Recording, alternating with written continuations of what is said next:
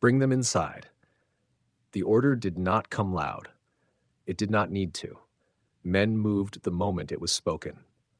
Jimmy lifted the tire iron, but Billy caught his wrist before he could swing. Above them, the men on the catwalk had already leaned toward the railings. The red scarf woman kept the baton low against Marian's thigh.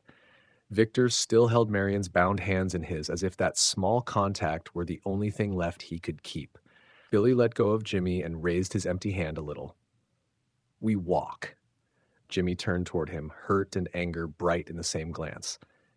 Then he saw Marian's face, not fear, warning. He lowered the tire iron by an inch. The tall man stepped out from the office doorway. Rain shone on his coat collar. Leave the bar. Jimmy did not. The broad man from Sutter Court appeared at the far end of the corridor, limping from the tire iron hit. He rested one hand on a steel post and smiled at Jimmy. Billy said quietly, "Do it." Jimmy's fingers tightened once more. Then he set the tire iron down on the wet concrete. The sound it made was small and final. The tall man nodded, and a side door opened behind him from the inside.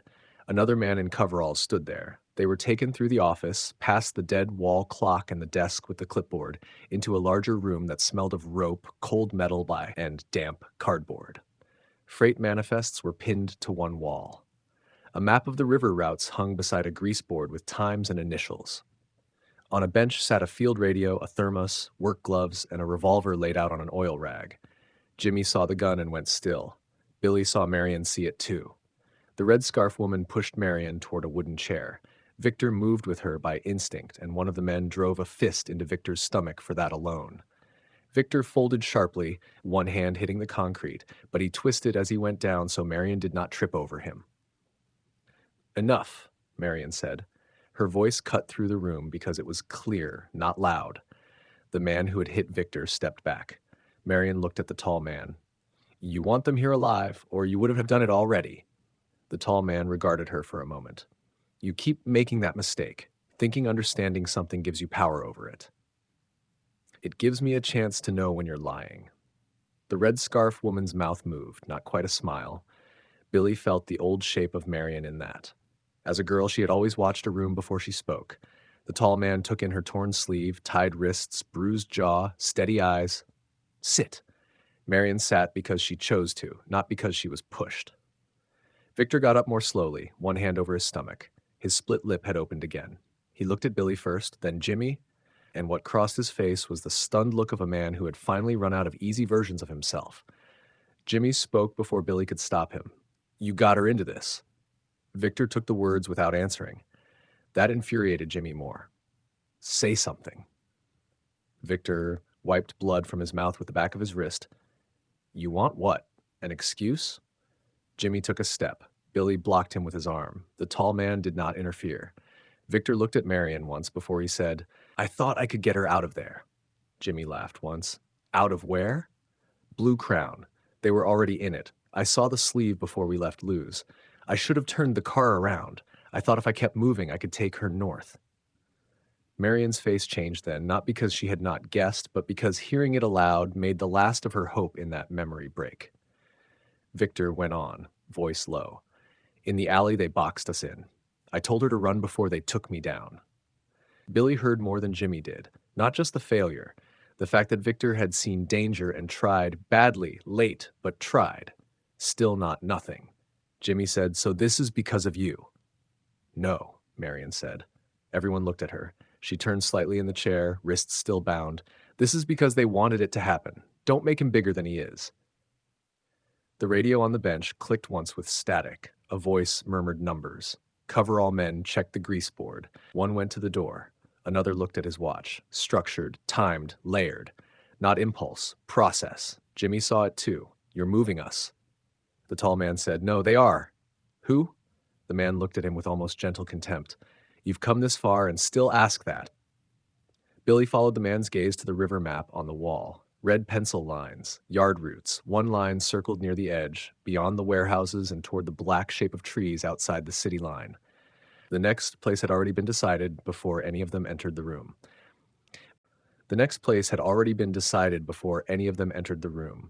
The radio clicked again. A voice gave 2 numbers, then a name Billy did not know. The tall man answered without raising his tone. Move in 3. Everything in the room shifted around that. The coverall men stopped pretending they were only workers. One took the revolver from the bench and tucked it into the back of his belt. Another folded the river map halfway up and pinned it with a thumbtack. The red scarf woman stepped behind Marian's chair. The broad man came in from the door and stood near Jimmy as if he had been assigned that place. Billy set Marian's bag down slowly when the tall man looked at it. Empty your pockets. Billy took out the matchbook from the blue crown, Marian's hoop earring, and Victor's broken watch, placing them one by one on the oil rag beside the thermos. Jimmy stared at the watch. You did throw it. Victor did not answer at once. His eye had swollen further while they stood there. Rain had dried to streaks on his coat. He looked older than he had outside Lou's, not by years, but by exposure. Yes, Victor said. Jimmy laughed once, but the sound cracked. Now you decide to help. Victor met his eyes. I decided in the van. The broad man shifted as if bored already. The red scarf woman tightened Marian's bound wrists just enough to make the plastic bite. Marian inhaled sharply, but did not make a sound. Billy looked at the watch on the rag and then at Victor. Why? Victor swallowed. Shame moved through his face before the words came. Because I knew what the patch meant at the Blue Crown. I should have known sooner. I thought I could get her away before it mattered. Jimmy said, You keep saying that. Because it's true. Jimmy took a step, and pain caught him so hard he had to stop. His hand went to his ribs. The broad man smiled at that with real enjoyment. Marian spoke before Jimmy could push past it. Enough. Her voice was tired now, but steady enough to hold all 3 men for a beat. She looked first at Victor, then Jimmy, then Billy, drawing a line through them that had nothing to do with choosing and everything to do with survival. He made mistakes, Marian said. So did I. Jimmy looked at her as if those words had struck him more cleanly than the blows outside. Marian turned to the tall man. If you're moving us, then move us. But stop wasting time making boys hate each other in front of you. The tall man's expression changed very slightly. Not softened. Sharpened. You understand more than most. He said, I understand enough. That was Marian's strength. Not bravery in the loud sense. Not denial.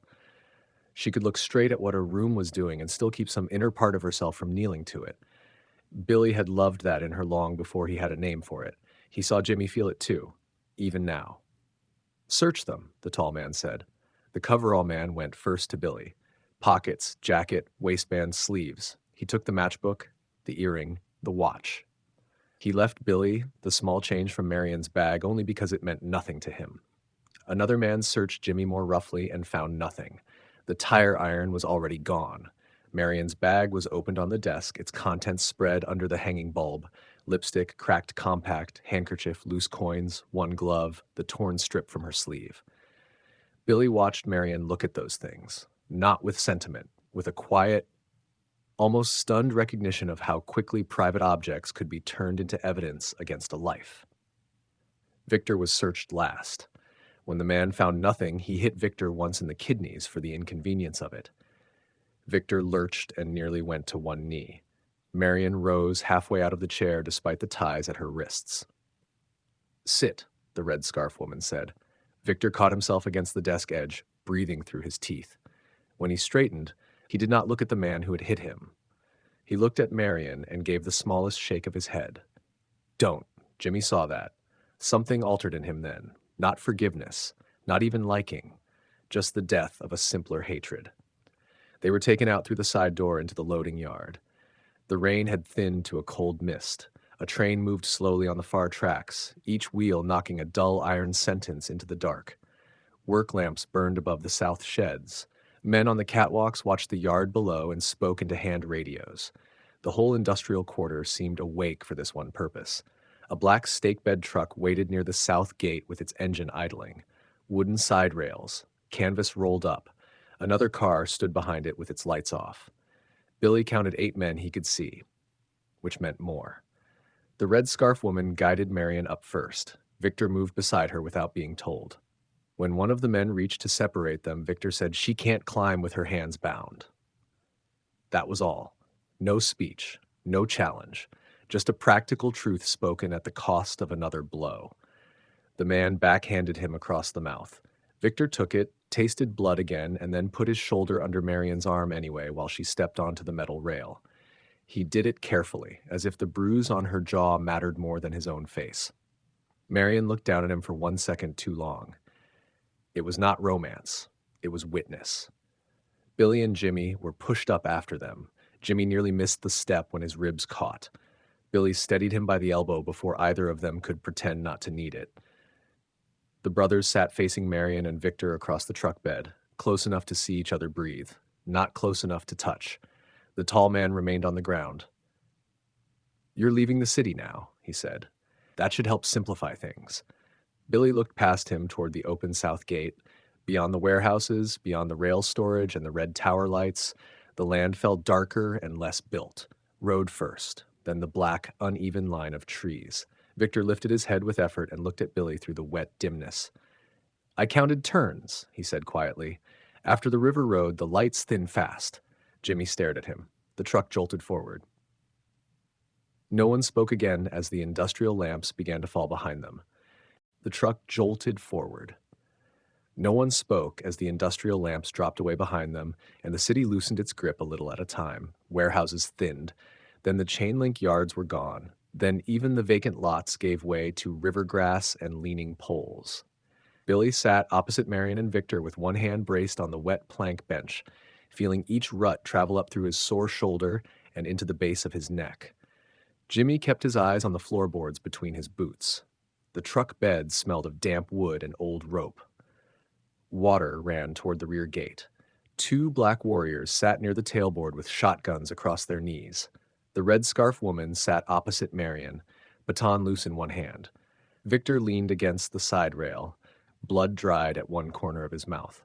When Marian's tied hands slid across the boards, he steadied them with his own, without making a show of it. Fear had not left Marian. It had been forced into use.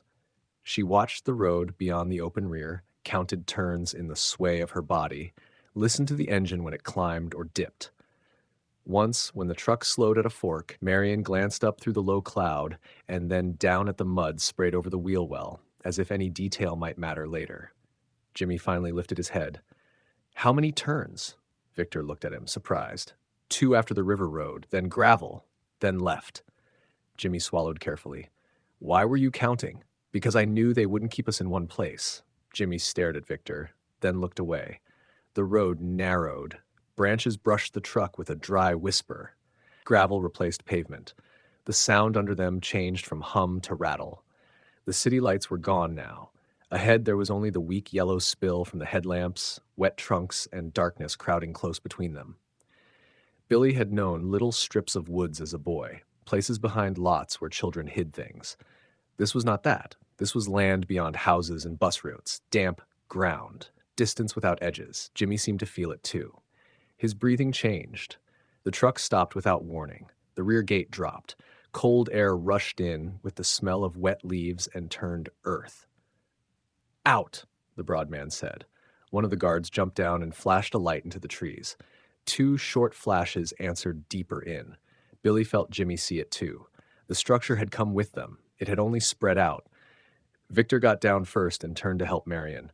The red scarf woman allowed it. Marian swung her bound hands forward for balance. Victor put one hand lightly at her elbow. She used him just long enough to reach the mud. Then Billy climbed down, his shoulder sending a hard bolt of pain through him when he caught the rail. Jimmy came after and nearly missed the last step. Billy took him by the arm before he pitched forward. Jimmy pulled free at once. "I had it." Billy let go. "Sure."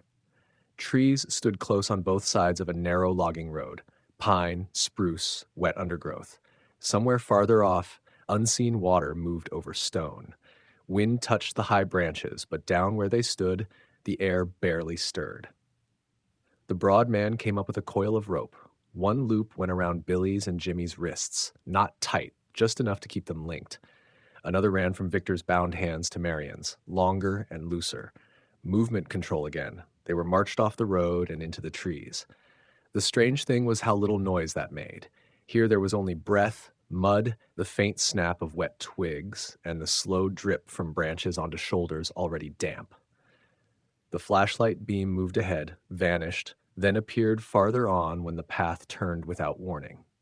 Billy kept slightly in front of Jimmy as much as the rope allowed. It cost him now. Each time the ground dipped or roots crossed under the leaves, he had to catch himself with his bad shoulder or twist to keep Jimmy from being jerked forward by the line. Pain built quietly in him, one small payment after another. Twice, Jimmy tried to shorten his step to make Billy's work easier. Twice his ribs locked him on the wrong breath, and he stumbled anyway. After the second stumble, Jimmy said very low, "You should let me fall." Billy kept his eyes on the moving light ahead. "No. I'm slowing you." Billy waited until the path widened enough that they could walk side by side for 3 steps. "We're the same speed," Billy said. Jimmy made a sound that might have been a laugh if he had not been so tired. Ahead, through the trunks, a dim lantern glowed once and disappeared. Another answer came from deeper in. Jimmy looked toward it, then down at the mud. "I keep making it worse," he said. Billy felt the rope pull between them as the line moved on. He did not tell Jimmy no. It would have been kind, and it would have been a lie. He did not tell Jimmy no. The line of them kept moving under the trees, the rope between Billy's wrists and Jimmy's drawing taut, then slack, then taut again as the path narrowed and bent. Wet branches brushed their shoulders. Mud took their shoes half an inch at a time. Somewhere far off an owl called once and was answered by nothing. In the city, danger had come with sound. Engines, radios, glass, men trying to make fear visible before they used it. Here the fear thinned out into distance. It stood behind trunks. It waited beyond the reach of the flashlight. The men guiding them did not need to speak often because the woods already did half the work. Jimmy stumbled again when a root caught his toe under the leaves. Billy took the pull across his own body, turned with it, and felt his bad shoulder flare so sharply, his vision narrowed for a second. The broad man walking behind them noticed. Billy heard the smile in his voice. "Older brother's getting tired." Billy kept moving. Jimmy said too quickly, "I'm fine." Nobody answered him. Not Billy, not the men, not even Jimmy, after the words left his mouth and failed to make anything better. The path sloped down through wet fern and black pine needles toward a low stream crossed by 3 rotting planks. One guard went first with the flashlight, the others paused under the branches while the beam shook over dark water. Victor leaned closer to Marian. Because their wrists were tied separately but linked, he had learned to move with her carefully, turning before she did, shortening his stride when the ground changed. Billy saw him murmur something and then shift his body so Marian could step onto the first plank without the rope dragging her balance off center. It was a small thing, not noble, just a tension. Marian crossed with her chin down, watching her footing. When she reached the far bank, she looked back not at Victor first, but at Billy and Jimmy. "Watch the left side," she said quietly. "Second plank is split." One of the guards told her to shut up. Billy went next, guiding Jimmy with the rope and his shoulder already half numb from pain. The second plank dipped under Billy's weight exactly where Marian had said. He adjusted in time. Jimmy did not. And his injured ribs caught his breath when he shifted and his foot slipped off the edge into the black water. Billy hauled him up before the current could take more than one leg. Jimmy hissed through his teeth and nearly went to one knee on the far bank. The broad man laughed. Marian's face tightened. The red scarf woman said nothing, but Billy noticed the way she looked at the broad man then, displeased, not with pity, but with the waste of noise. They climbed again. The trees thinned just enough to reveal a narrow clearing with tire ruts pressed deep in the mud, and an old hunting shack standing crooked at the edge. A lantern burned under its porch roof. Beside the door stood 2 more men and a woman in a canvas coat with a radio strapped to her chest. She looked the group over, counted quickly, and then looked past them all into the trees as if confirming someone unseen. "No trouble?" she asked. The red scarf woman said, "Enough." The broad man jerked his chin at Jimmy. "He talks." The woman in the canvas coat gave Jimmy one short measuring glance. "He won't up there." Up there. Billy looked beyond the clearing. The land rose dark and slick between the trees. The woman touched the radio at her chest. "Road team's in place. North Watch answered. He knows they're coming." Nobody asked who he was. Nobody needed to. What Billy noticed instead was the silence after she said he. Even the broad man lost his appetite for smiling. A guard near the shack looked down at his boots. Fear had changed shape again. Not fear of a patrol or a fight going bad. Fear of someone whose attention reached ahead of them and upward through the woods. Marian heard it too. Billy could tell by the way her eyes moved from the radio to the ruts in the mud, then to the black rise beyond the clearing. She was building the map in her head out of fragments. Victor tried to lift his bound hands to wipe blood from his mouth and couldn't quite manage it. Marian turned and used the side of her tied wrist instead, quick and awkward, the gesture so instinctive it seemed to surprise both of them. Jimmy saw. Billy felt him see it. They were all more exposed out here. In the city, there had been buildings to look at, corners to calculate, other lives pressed against theirs. Here, there was only the dark, the men, the wet smell of bark and earth, and whatever waited higher up the hill. The woman in the canvas coat opened the shack door. Inside was a table, a thermos, a map pinned flat under a hunting knife, and a battery lamp throwing weak yellow light over everything. One guard went in and came out with a pair of bolt cutters. Jimmy went rigid beside Billy. The broad man chuckled once, but the cutters were not for them. The guard knelt in front of Marian and clipped the gray strap at her wrists. Not mercy. Procedure. Her hands dropped free, red-creased and slow. "Keep them visible," the woman said. Victor's were cut next. He flexed his fingers once, wincing. The rope between Billy and Jimmy remained. That hurt Jimmy more than Billy had expected. Billy felt it in the stillness beside him. Marian and Victor could move their hands now. Jimmy could not even rub the pain from his side or the cold from his wet pant leg without dragging Billy with him. Jimmy stared at the cutters, then at his own bound wrists. Billy said quietly, "Don't." Jimmy's voice came back thin. "Don't what? Let them tell you who you are." Jimmy looked at him hard in the lantern light, hurt and tired and younger than he had any right to feel. "That's easy for you," Jimmy said. "You still look like yourself," Billy almost answered, then didn't. Because Jimmy was not wrong. Billy's steadiness had become a kind of shelter for other people, so often that sometimes even Jimmy forgot what it cost to keep it standing. The shoulder that had taken the pull at the stream was throbbing now all the way into his hand. Fatigue had settled into his legs. He could feel the beginnings of a shake under his skin when he held still too long.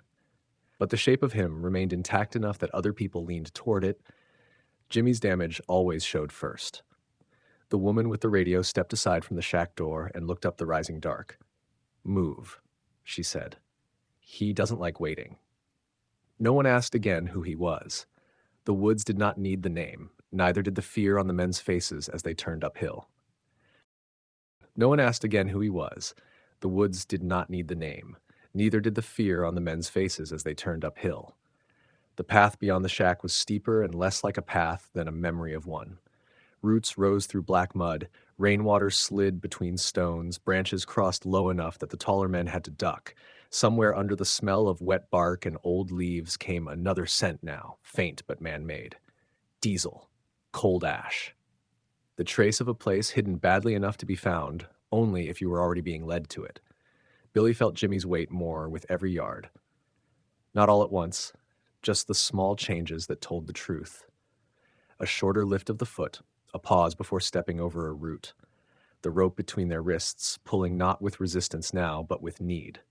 Jimmy had gone quiet in the way he did when pain finally pushed past anger and left only concentration.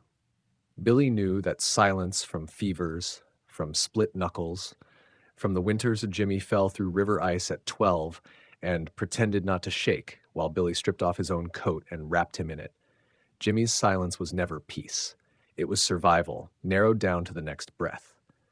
Ahead, the red scarf woman moved with the steady ease of someone who had walked this ground many times. Marian kept close enough behind her to watch the line of the path. Victor stayed on Marian's other side, not touching unless the ground forced them close. The broad man and another guard followed behind Billy and Jimmy. Farther out in the trees, unseen movement kept answering them. A snapped twig, a brief lantern glow, a cough quickly smothered. The Black Warriors were no longer a gang moving through places. They were the place. The trees thinned for a moment at the crest of one rise, and Billy saw the city behind them at last. Not the streets, only a dim spread of light low on the horizon, blurred by mist and distance. It looked smaller than it had any right to. All the blocks they knew. Lou's Diner, the laundromat awning, the alley where Marian's earring had lain in the rain. From here, it was only a glow under clouds. Jimmy saw Billy looking back. Feels far. It is. Jimmy let out a breath that almost turned into a laugh and didn't. No, I mean different. Billy knew. The city had felt ruled by corners and names and habits. Out here, those things meant nothing.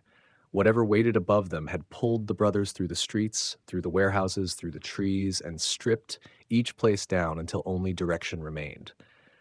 They climbed another 100 yards before Marian spoke. Listen. Everybody stopped. At first, Billy heard only the drip from branches and Jimmy's breathing. Then, under it, something else. A low, steady sound carried through the trees. Not water, not wind, machinery. Distant, contained, constant. The woman with the radio did not turn. Keep moving. But the silence after Marian's word had already done its work. Every guard had listened, every face had tightened a little. The sound ahead was not just a place, it was authority made physical. Victor said softly, almost to himself, "Generator." The broad man behind them muttered, "Shut up." Victor did. They went on. The path narrowed between stone outcroppings slick with moss. Here the woods changed again. Fewer pines, more bare trunks, white and thin in the dim, their branches clicking together overhead like knuckles. Mud gave way to damp ground scattered with rock. Billy's shoulder had gone from pain to something worse, a deep, heavy numbness that made the arm feel borrowed. Twice his boot slid. Twice he caught himself before the pull reached Jimmy. The third time, he didn't. His foot skidded on wet stone. The rope jerked hard.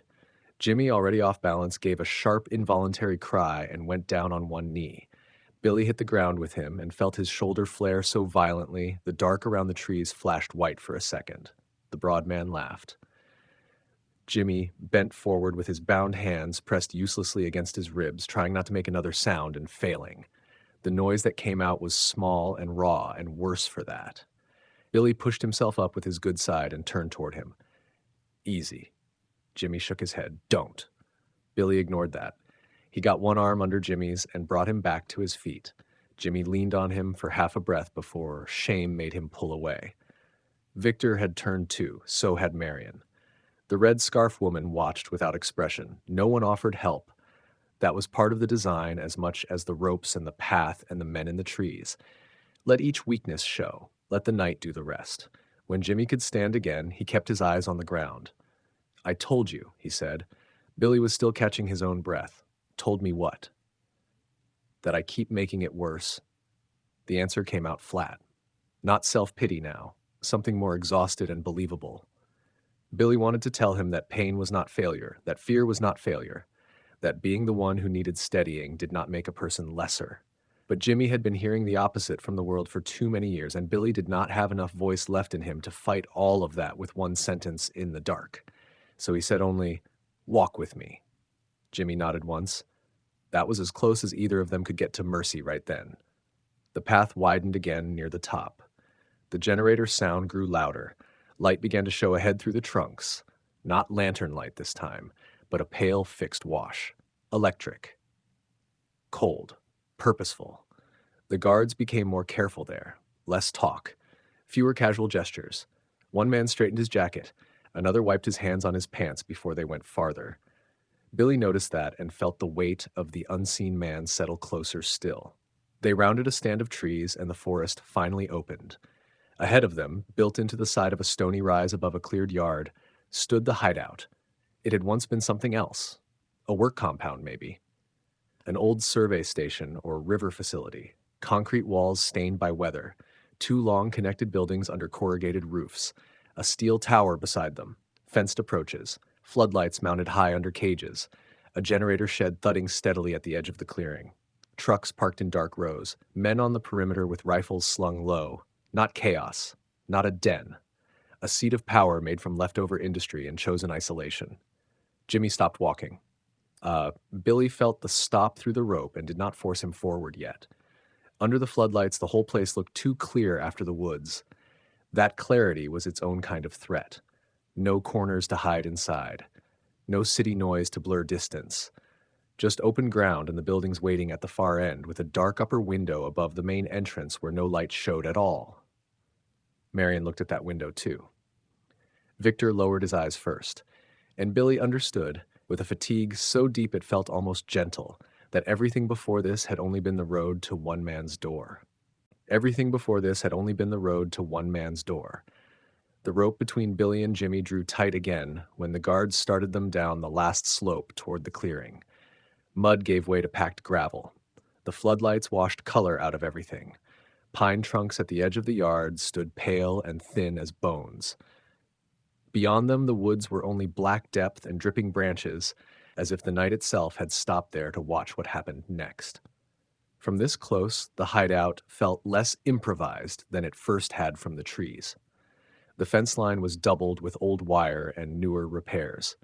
A steel gate stood open under a mounted light. Men with rifles did not lounge there. They checked faces, counted bodies, watched hands. A dog barked once from somewhere behind the generator shed and was silenced with a single word. Trucks sat backed in with room to turn fast if they had to. One of the long buildings had shuttered windows high on the wall and fresh tire tracks leading to a side-loading entrance. The other had a covered walkway joining it to a concrete block structure built higher into the rise. Every part served another part. Nothing was accidental. The broad man went ahead to the gate and gave a number, not a name. The guard by the post wrote it in a small notebook before waving them through. Jimmy saw that. Billy felt him see it through the rope. "Even here," Jimmy said quietly. Billy answered without looking at him, "Especially here." Marian walked 3 paces ahead under the watch of the red scarf woman. Victor stayed at Marian's shoulder, battered face turned slightly against the floodlight. He had gone from trying to speak at the wrong moments to conserving himself with care, and Billy respected that more than he wanted to. Twice on the slope, Victor had shifted his pace so Marian would not be pushed from behind when the line compressed. That was not enough to forgive anything, but it mattered. They crossed the yard. Gravel crunched under boots. The generator thudded on, regular and indifferent. Somewhere metal struck metal from inside one of the buildings, then stopped abruptly. Men moved between doorways carrying clipboards, radios, canvas sacks, not with the swagger Billy had seen in the city, but with the clipped economy of workers who knew lateness had consequences. Above the main entrance, the dark upper window Billy had noticed from the tree line remained unlit. One of the riflemen looked at Jimmy's bound wrists, then at Billy's shoulder. "This them?" The broad man said. "These are the brothers. Not those two. Not names. The brothers, already a shape inside the place." They were taken first into the lower long building through a steel door that shut with a weighty echo behind them. Warmth hit them at once, but it was a bad warmth, smelling of damp coats, machine grease, old coffee, and the sour trace of men who stayed too long in one place. The room beyond had once been a workshop. Now it held tables, stacked crates, radios, maps, a bulletin board thick with route slips, and 3 men cleaning rifles under a hanging lamp. Nobody stared openly when Marian and the brothers came in. That made it worse. They looked up just long enough to register, then returned to what they were doing. The hideout had expected them for some time. The woman with the radio from the shack stood near a chalkboard listing times and initials. When she saw the group, she erased one line and wrote another without comment. Billy followed the movement of the chalk, a number beside a letter, then a mark through it. Jimmy whispered, "What does that mean?" Billy said, "I don't know," but he knew what it felt like. Not improvisation. Progress. The tall man from Sutter Court came in through an inner doorway. He had removed his coat. Under the white work light, he looked less like a figure out of the streets and more like what he was here, management. "Untie them," he said. Jimmy turned fast enough to pull the rope across Billy's wrists. Billy looked at him, warning him to stay still. The broad man cut the line between the brothers first, then stepped back. Blood came prickling into Billy's hands. Jimmy rubbed at one wrist and winced immediately when the motion tugged his ribs. He tried to hide that. Marian noticed. So did Billy. The tall man nodded toward a row of metal chairs bolted to the floor along one wall. "Sit." No one moved. He looked at Marian first. "You've made enough of this harder than it needed to be." Marian's jaw bruise had darkened under the light. Her hair had dried in broken waves around her face. Exhaustion showed in the slight delay before she answered, but not surrender. "I don't think that's true," she said. For the first time, one of the men cleaning rifles smiled. The tall man did not. "Sit." Billy sat first. Not obedience. Calculation. Jimmy sat beside him after a second, slower because of the pain in his side. Marian sat on Billy's other side. Victor remained standing until the red scarf woman shoved a chair out with her boot. He took it without protest and lowered himself carefully, as if his whole middle had been worked over with a hammer. A young runner came in with 2 mugs of coffee on a tray and set them near the tall man. His hands shook. When one mug rattled against the saucer, the room changed. Not visibly at first, just a tightening around the eyes of the men who knew the place. The tall man did not raise his voice. "Take it out of here." The runner muttered an apology and almost tripped over his own foot, getting the tray back up. No one laughed. Fear stood cleaner here. It had rules. Victor watched the runner go, then looked at the chalkboard, the maps, the rifles, the men who would not meet one another's eyes for longer than necessary. Billy saw realization work through him more deeply than before.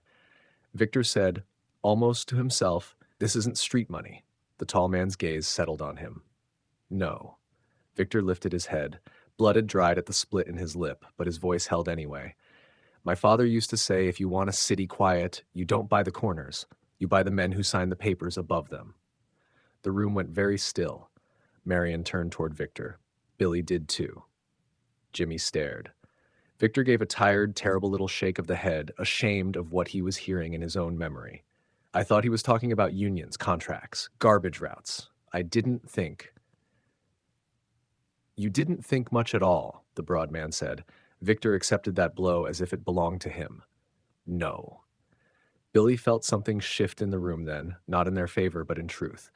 Victor was no longer just the rich boy who had taken Marian into danger, or the bruised man who had started to help too late. He was part of the world that had made this place possible, and he knew it enough to be sickened by it. Marian looked at him for a long second, not absolving, not turning away. The tall man checked his watch. "He'll see them separately." Jimmy went cold beside Billy. Billy could feel it. Marian said, "Why?" The tall man answered her as if explaining a courtesy, because that's how he prefers to understand people. The inner door opened. No one announced the shadow boss. No one needed to. The men cleaning rifles stood without being told. The woman at the chalkboard lowered her eyes. Even the red scarf woman straightened a fraction.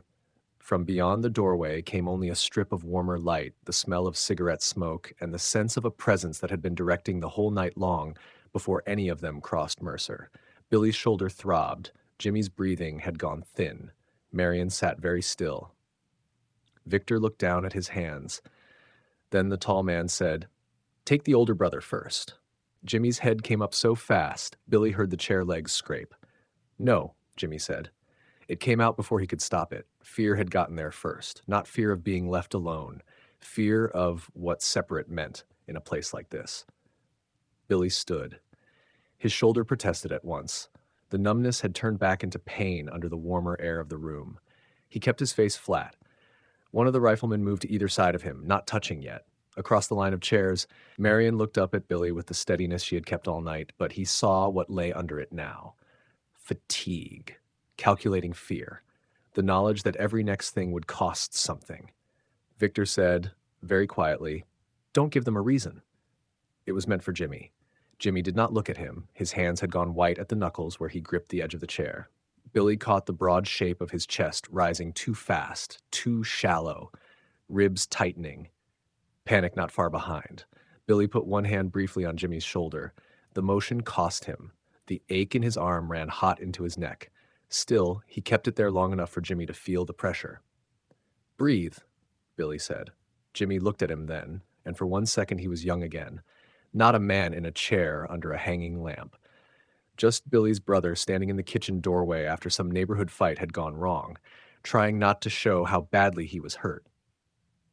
Billy removed his hand and let the men take him. The inner room lay beyond the doorway with the warmer light. It was not large. That was the first surprise. Billy had expected something theatrical, something made to impress. Instead, it felt like a private office made out of leftover authority. Concrete walls painted once and never again.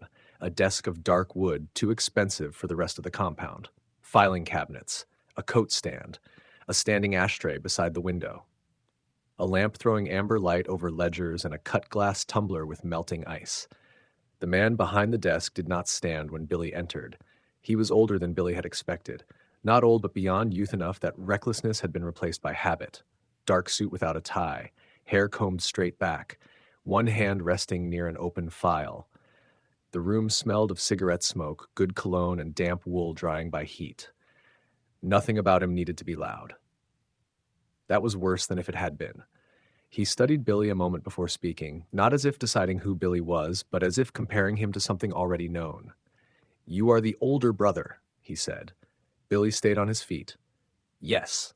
The shadow boss glanced at the file. 7 minutes. Billy felt the fact settle between them. Not important to anyone else. Important here because it had been learned, written down, kept. The whole night tightened around that realization. The streets, Mercer, the square, the warehouse, the shack. Not pursuit, handling. The man closed the file. "I expected you to be taller," he said. Billy said nothing. One of the guards moved a chair forward. Billy did not sit until the man behind the desk gave the faintest nod. Even then, Billy lowered himself carefully, not from obedience, but because if he moved wrong, his shoulder would show more than he wanted. The shadow boss noticed anyway. "You've carried him most of the night." "Not a question." Billy held his eyes. "He walked." "Yes." The man touched ash into the tray. "But you carried him too." The words were simple. The pressure inside them was not. Billy could feel what the man was doing without needing it named. Taking the oldest fact in the room and setting it where it might bruise. Billy protects. Jimmy needs. Marian sees. Victor complicates. Outside the office, beyond the half-closed door, Billy heard a radio click and a muted exchange of numbers. The place never stopped moving. The gang's structure did not pause for private moments. Private moments were part of the structure. The man asked, "Do you know why your brother resents you?" Billy kept his face still. "No." A trace of amusement gone almost before it arrived. "That is not true." Billy let the silence stand. The man leaned back. "He loves the girl. So do you. He believes you would be chosen first, even if you never reached for it. That is an ugly thing for a younger brother to grow up beside." Billy looked toward the desk lamp, then back. "You talk like you know us." "I know patterns," the man said. He lifted the tumbler, took one sip, set it down again with care. "Your brother believes he is the one who fails in visible ways. He is wrong. Visible weakness is often easier to survive than the quieter kind." Billy understood the strike meant for him this time. Not Jimmy. Him. The weakness of staying still too long, of loving Marian without asking anything, of carrying responsibility until it became a way to avoid choice. The room seemed warmer suddenly. Or maybe Billy was more tired than he had let himself know. He said, "What do you want?" The man looked almost disappointed by the directness, then perhaps satisfied by it too. "The same thing everyone here wants. Order." Billy gave him nothing. The man tapped the closed file. "The rich boy matters less than he thinks. The girl matters more than she knows.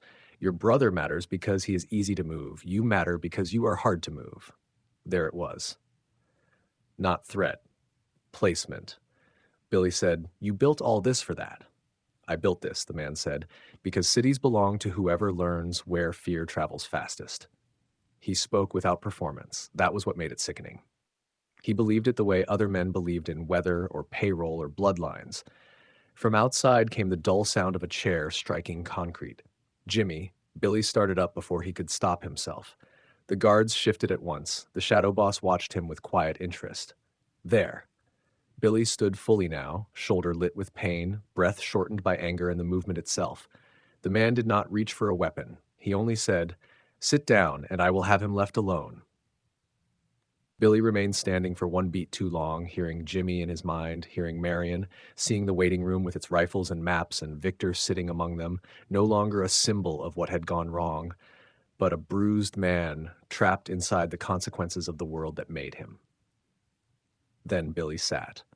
The shadow boss nodded once as if something had been confirmed. When he spoke again, his voice had gone softer. "I wondered," he said, "whether you would choose pride before your brother. Now I know." He opened the file once more, glanced at a page, and said toward the door, "Send in Victor next." Billy was taken back into the workshop room before Victor stood. The change in light hit him first. Amber from the office gave way to the hard white wash of the hanging lamps. For a second, everything in the room looked flatter and more cruel than before. the chalkboard, the rifles laid out on rags, the damp coats steaming faintly on hooks near the heater, Jimmy's face drawn tight with pain and worry, Marian sitting upright even now, her hands free but held still in her lap as if she knew every movement was being read. Jimmy started to rise when Billy came through the door. His ribs stopped him halfway. What did he say? Billy looked at the men around the room before he looked back at Jimmy. Sit down. Jimmy's mouth tightened. Billy, sit. Something in Billy's voice made Jimmy obey. Not calmly, not gladly, but he sat. Marian watched Billy more closely than Jimmy did. She saw the stiffness in the shoulder, the new strain around the eyes, the way Billy lowered himself into the chair as if he were making sure his body did not speak louder than he meant it to. Victor stood. The red scarf woman moved toward him. Victor lifted one hand a fraction as if to say he understood and did not need pushing. That small bit of dignity mattered more now than it would have hours earlier. He looked at Marian first. Not at Billy. Not at Jimmy. Marian. There was blood dried at the split in his lip and a shadow of bruising beginning under one eye. He had once known how to stand in rooms so that people came toward him. That polish had been stripped down all night.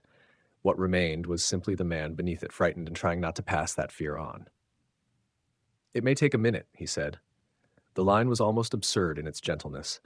Marian's throat moved once. Victor, she said. He waited. Don't let them make you talk like them. Something flickered across his face then. Shame, yes, but also gratitude, because she had not mistaken him for them, not fully. Victor gave a small nod and went into the office. The door shut. For a while, nobody in the workshop room spoke. The hideout kept working around them. A runner came in with a ledger, handed it to the tall man, and left without once glancing toward the chairs. Somewhere overhead, boots crossed a metal walkway. A radio on the table muttered numbers and codes Billy did not understand. Through a wired window high in the wall, he could see only the lower edge of the floodlights outside and the blurred sweep of mist moving through them. Marian was the first to break the silence. What did he want from you? Billy knew which she meant. Nothing simple, Billy said. Marian looked down at her hands, at the red marks the cut plastic had left around her wrists. No, I don't think he does anything simple. Jimmy leaned forward with his elbows on his knees and then had to straighten again because the movement hurt too much. He wants to pull us apart. Billy said nothing. Jimmy looked at him sharply. That's what he's doing. Yes. The word landed harder than if Billy had argued. Marian turned toward Billy. Did he ask about Jimmy? Billy met her eyes. He asked what I'd do for him. Jimmy looked away. The shame in that movement was so naked, Billy almost reached for him again, but he stopped himself. Too much comfort in front of these men would be another thing to use. The office door opened. Victor came out slower than he had gone in. No one had struck him. Billy could see that immediately. No new blood, no fresh swelling. What had changed was quieter and worse. Some of the color had gone from his face. He looked like a man who had just heard a truth he had been protected from for too long and understood, all at once, how much of his life had rested on other people taking the dirt away before it reached him. The tall man watched him return to the chair. Victor did not sit at first. He stood with one hand on the chair back, staring at nothing for a second too long. Marian's voice softened. Victor? He sat then. Jimmy looked from Victor to Billy, angry at needing to know. What happened? Victor laughed once under his breath. There was no humor in it. He told me what my father already knows. No one spoke. Victor rubbed his thumb against his palm as if the gesture might steady him. He said my father has done business with men who call themselves respectable in daylight and something else at night. Freight routes, storage lots, contracts. He said that isn't news. Only that I was the last person in the room to figure out where the edges touched. Marian watched him without interruption, not pitying, bearing witness. Victor swallowed. Then he asked me whether I wanted to go home. Jimmy's head came up. Billy felt his own body harden. Marian said very quietly, and? Victor turned to her. Whatever answer he gave, he knew it would live in her memory for the rest of her life. I asked if you could come with me. The workshop room seemed to lose heat. The broad man near the rifles smiled faintly, already enjoying whatever had been arranged behind the question. The tall man did not look up from the ledger in his hands. The machinery of the hideout kept moving. A pencil scratched over paper. A radio clicked. Boots passed overhead. Power had room for intimate cruelties because it was never only doing one thing. Marian's face did not change much. Only her eyes did. "And what did he say?" she asked. Victor looked down at his hands. "He said no," Victor said. "He said one person walking free has more use than four." Billy understood before Jimmy did. The offer had never been mercy. It had been a test placed inside Victor's hands like a knife. Jimmy stared at him. "You stayed." Victor lifted his head. "Yes." No speech followed it. No attempt to make himself cleaner than he was. Just that one answer, spoken by a man who knew it did not erase anything and said it anyway. The office door opened again. This time the tall man looked directly at Marian. "Your turn," he said. Marian stood before the red scarf woman could reach her. Wariness showed in the half second it took, but once she was upright, the steadiness came back over her like something chosen. Her torn sleeve hung open at the forearm. The bruise along her jaw had darkened under the workshop light. Jimmy said her name under his breath. Marian looked at Billy first, then Victor. Last of all, she looked at Jimmy, and in that glance, Billy felt something exact pass between them. Not promise, not refusal. Only the painful clarity of being seen in a night that had stripped all the easier meanings away. Then she went through the inner door. The workshop kept moving around the space she left. A runner brought in a ledger. The woman with the radio erased one line from the chalkboard and wrote another. Rifles were checked and set down again. Jimmy's knee shook once and then held still by effort.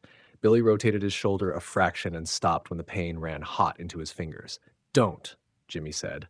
"You're making it worse." "Too late," Billy said. From behind the office door came almost nothing. Once the low murmur of Marian's voice, once the scrape of a chair, then silence again. Jimmy leaned forward, then had to sit back because of his ribs. "What if he offers her the same thing?" "He will," Victor said. Victor stared at the floorboards. "He'll offer her a door and ask which part of herself she'll leave on the threshold." The office door opened. Marian came out walking on her own. But something had changed all the same. She looked like someone who had just had a hard truth confirmed, not discovered. She sat between Billy and Victor. Jimmy said softly, "What did he say?" Marian looked down at the red marks around her wrists. "He wanted to know why I went with Victor tonight. Why girls like me mistake motion for freedom. Why rich boys think wanting something makes them fit to carry it." Victor closed his eyes. Then he asked which brother I would have chosen if Victor had never existed. Jimmy went still. "What did you say?" "That he was asking the wrong question because he thinks people are prizes, doors, leverage." Marian lifted her head. "He thinks every life in this place can be reduced to what it can be used for." Jimmy asked, more quietly, "Did he ask about me?" "Yes." Jimmy waited. "He wanted to know whether you would still move toward love if you believed, down to the bone, that you would ruin what you touched." Jimmy bent forward and pressed his hands together between his knees. Billy did not speak. Marian looked at Billy then. "And he asked whether Billy would still protect someone who was old enough to stand without him." Billy held her eyes. "And?" "I told him yes." The tall man closed the ledger. "Bring them," he said. They were taken outside into the yard. The generator thudded under the mist. Floodlights burned high and cold over gravel, parked trucks, the covered walkway, the blank upper window above the main entrance. Men had filled the edges of the clearing now. Perimeter rifles. 2 more on the metal stairs, one at the generator shed, another by the gate. The shadow boss stood beneath the unlit upper window in a dark coat, one hand in his pocket. He did not raise his voice when they were brought before him. He looked at Marian first. "You were honest." "I was accurate," Marian said. Then he looked at Victor. "And you." Victor did not lower his gaze. "No." The shadow boss waited. Victor swallowed, but he did not take it back. "No," he said again, "I'm not leaving."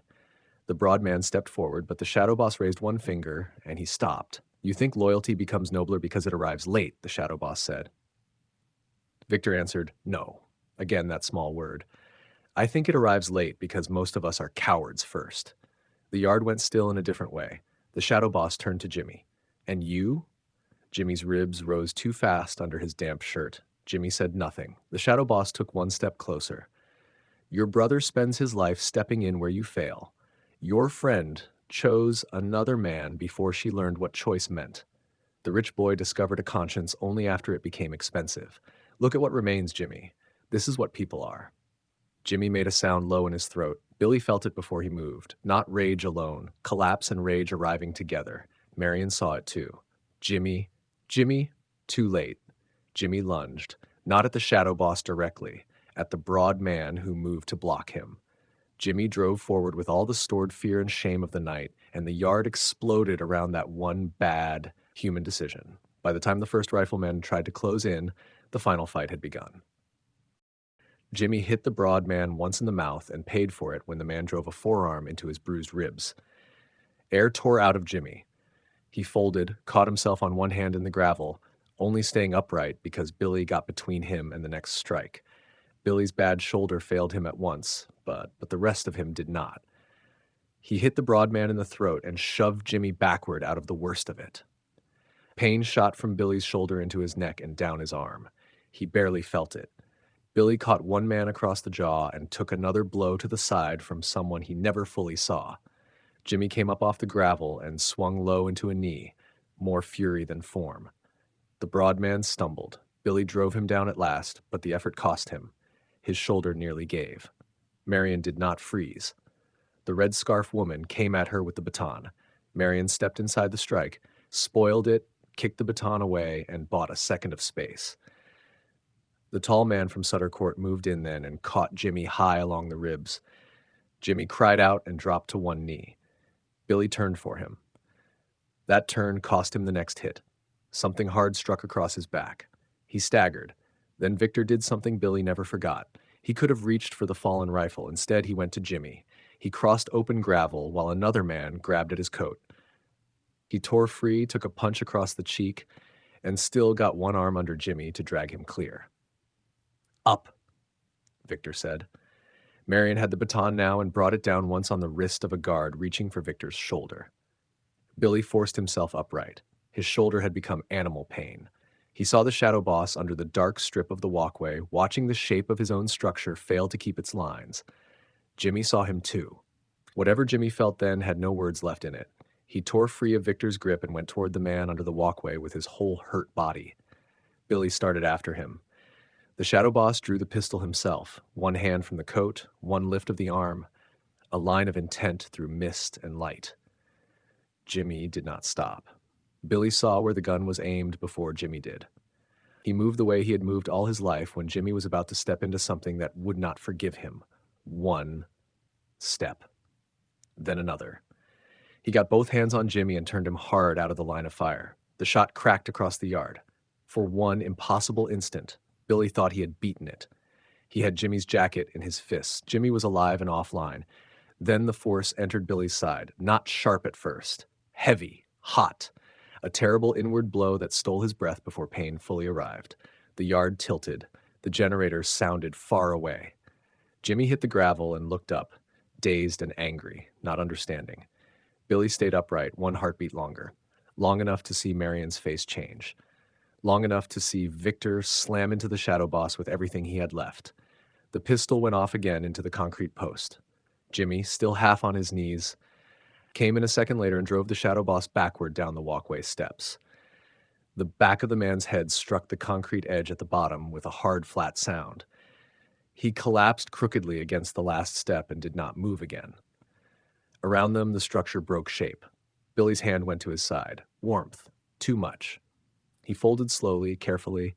Jimmy was there before he reached the ground. Marian, too. Victor, a second after, its pack shaking as he shoved his coat beneath Billy's shoulders. From where Billy lay, the floodlights had begun to blur. Marian's hands pressed hard against the wound. Jimmy kept saying Billy's name as if repetition might hold him here. Victor looked once at the dead man on the steps, then back and did not move away again. Marian knew first. Jimmy did not. "We have to move him," Jimmy said. "No," Marian answered. Her voice was low and clear and already carrying the truth he could not yet bear. Billy tried to breathe deeper and could not. Each breath had become small, careful, borrowed. Warmth kept slipping through Marian's fingers. Jimmy's hands were around one of his. Billy looked at Jimmy. Jimmy was crying without knowing. Billy lifted one hand. The effort took almost everything left in him. Jimmy caught it at once in both of his. "It's okay," Jimmy said. He said it to Billy the way Billy had said it all their lives. Billy looked at Marian, then Victor, then back at Jimmy. There was no speech in him, only one last effort of breath, one last small movement of the mouth. Jimmy did not catch the word. Marian did. Then Billy's fingers weakened inside his brother's hands, and the breath that left him did not come back. For a long moment after Billy's breath stopped, no one in the yard seemed to know what shape the next second should take. The generator kept beating under the mist. Floodlights burned over gravel, wet posts, scattered rifles, the concrete steps where the shadow boss lay, twisted against the bottom riser. Men stood in broken positions across the yard, no longer one structure, not yet a crowd. Somebody near the gate lowered a gun first. Jimmy did not see any of it. He had both hands around Billy's hand and wrist as if holding there long enough might persuade warmth to return. Marian's palms were still pressed to the wound. Victor knelt at Billy's shoulder, chest moving fast and shallow from pain. Then the red scarf woman crossed the yard. Jimmy looked up. Marian did too. But the woman did not raise the baton. She took the pistol from the gravel near the steps and set it on the lowest stair out of anyone's hand. "It's finished," she said. No one argued. A rifle clattered to the gravel near the generator shed. Another was set down, not dropped. The tall man from Sutter Court stood very still beneath the floodlight, staring once at the body on the steps, then at Billy on the ground, and then he turned and walked into the mist beyond the trucks without speaking. Victor said, "We have to get him out of here." Jimmy looked at him as if the words were an insult. Marian answered instead, "Yes." That got through. Jimmy let Victor help him lift Billy. The absence inside that weight made it heavier. They drove down from the hideout before dawn in one of the compound trucks. No one stopped them at the gate.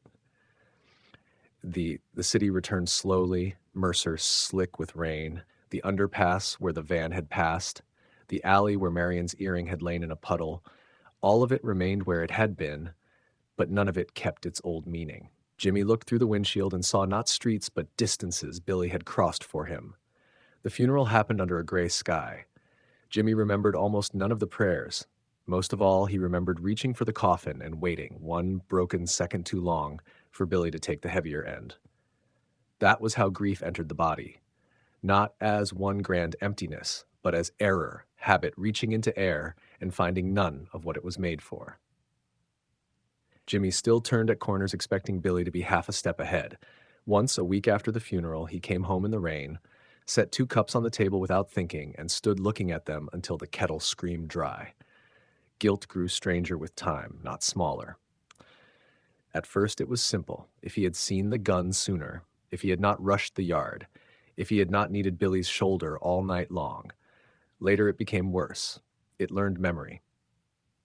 It showed him Billy tying one of Jimmy's skates tighter when they were boys because Jimmy's hands were numb from cold. Billy waiting outside school after Jimmy's first suspension. Billy standing a little to the street side on sidewalks without ever saying why. Marian came by because grief needed somewhere to go besides inward. The first time she sat in Billy's chair by the window and rose at once, shaken by what her body had chosen before her mind caught it. After that, she took the kitchen chair instead. Some evenings she and Jimmy barely spoke. It was not romance. It was trust beginning after the same wound. Weeks later, in Lou's After the Rush, Jimmy stared at Rain walking down the diner glass and said, "I still don't know what he said at the end." Marian held her coffee in both hands. "He said your name."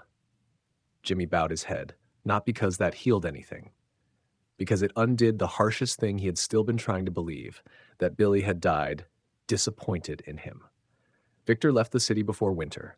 Before he went, he came once to say goodbye. He said he had given statements, names, route numbers, storage contracts. He said none of that as pride, only consequence. Jimmy did not forgive him. Marian did not ask Jimmy to. By spring, the city had resumed its ordinary face, which Jimmy found harder to forgive than its violence. Sometimes Marian walked with him after dusk, not hand in hand, not toward any named future, just beside him through the same streets, now altered by what they knew of them. There were nights when the light went thin over the storefront glass, and Jimmy could almost feel Billy beside him for half a block, not as a ghost, only as a habit of love worn so deeply into the body that it kept answering after the body that taught it was gone. Then the feeling would ease. Jimmy would keep walking. And in that step, in the one life still carrying the rhythm of two brothers through the wounded city, there was something the night could not kill.